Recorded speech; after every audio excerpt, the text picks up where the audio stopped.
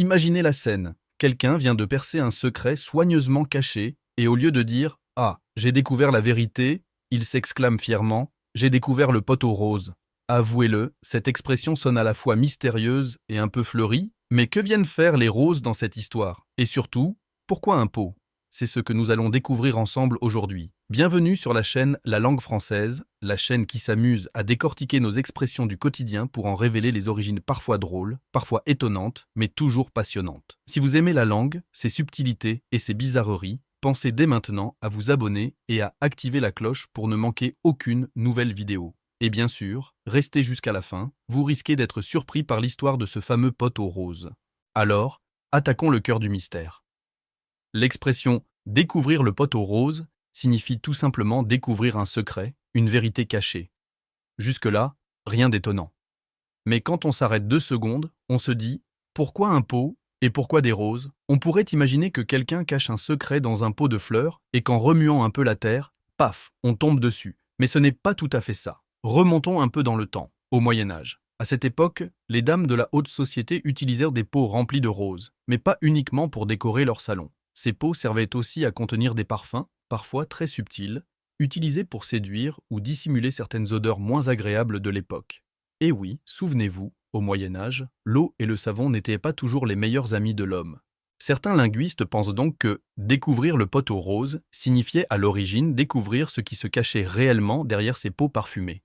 En d'autres termes, on levait le voile sur ce qui était masqué, dissimulé. L'expression serait ensuite devenue une métaphore pour dévoiler un secret, une vérité que quelqu'un aurait voulu cacher. Mais ce n'est pas la seule explication. Une autre piste évoque les pratiques d'amour courtois au Moyen-Âge. Les pots aux roses auraient servi à dissimuler de petits messages galants, des billets doux que l'on glissait à l'abri des pétales. Et si quelqu'un venait à découvrir le poteau rose, il découvrait alors toute l'intrigue amoureuse qui se jouait en cachette. Pas très discret, mais diablement romantique.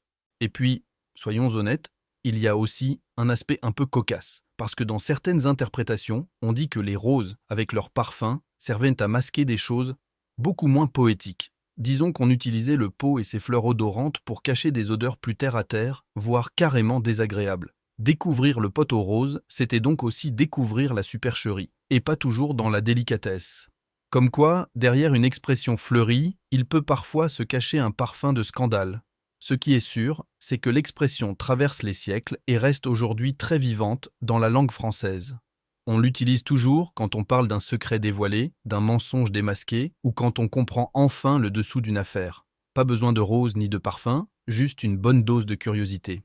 Alors, la prochaine fois que vous direz « Ah, j'ai découvert le poteau rose », pensez à toutes ces dames médiévales qui, sans le savoir, ont donné naissance à une expression qui a traversé les âges. Et avant de conclure, dites-moi en commentaire, quelle est l'expression française que vous trouvez la plus mystérieuse, celle dont vous vous demandez l'origine depuis toujours?